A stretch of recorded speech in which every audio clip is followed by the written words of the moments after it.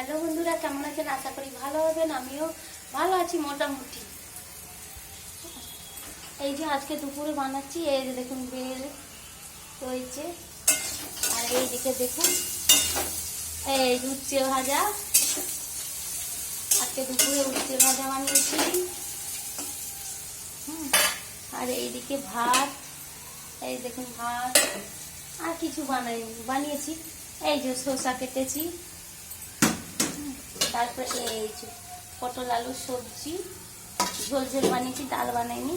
ভাতের সাথে খাওয়া হবে। আর খেতে আমার মেয়ের ভালো লাগে বলে এই যে ভাজাটা করে দিই, বেশ উঠছে আলু দিয়ে বেশ ভালো লাগে।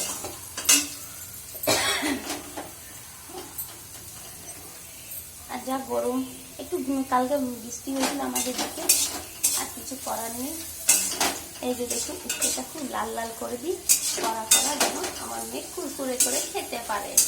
কেন মেয়ে তো ভালো রাখতে হবে, ঠিক না? আমার একটা দায়িত্ব।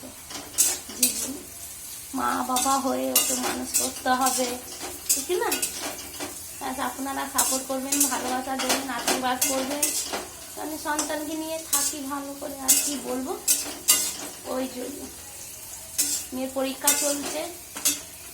ওর বাবা যাওয়ার পর তো পরীক্ষাটা একদম ভালো হয়নি, ইংলিশ পরীক্ষাটা।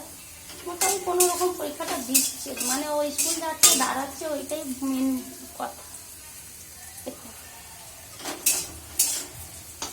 কি করবো?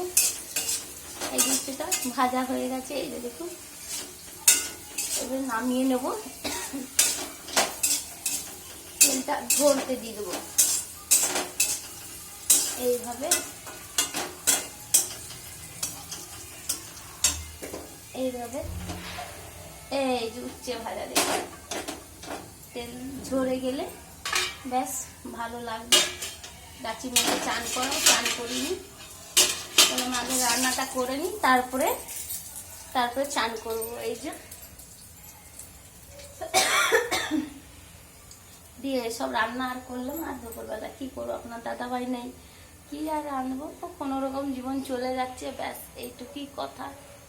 আর এই ভিডিও মাধ্যমে আপনাদের সঙ্গে দুটো কথা হয়, আর কি করবো, এছাড়া আমার কিছু করার নেই।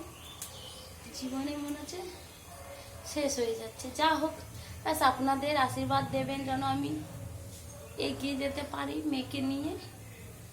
আর কি করবো, এছাড়া আমার কাছে কিছু বলার নেই। এতই তো রান্না করলাম, না হলে পটল আলু ঝোল ঝোল করলাম, ডাল করলাম না, কোনো রকম মানে খেতে হবে। ব্যাস মেয়ে আছে, ভাই আছে, আমি, আর এইসব। আর সকালে তো বানিয়েছি, ভালো লাগে না, শরীরটা কেমন ভিতর থেকে ভালো না শরীর। কি করবো, কিছু করার নেই। ও থাকলে তো আমাকে দেখতে হতো না, চিন্তা থাকতো না।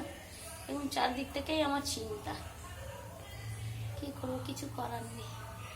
বেশ টাটা রাখছি। সবাই ভালো থাকবেন, সুস্থ থাকবেন।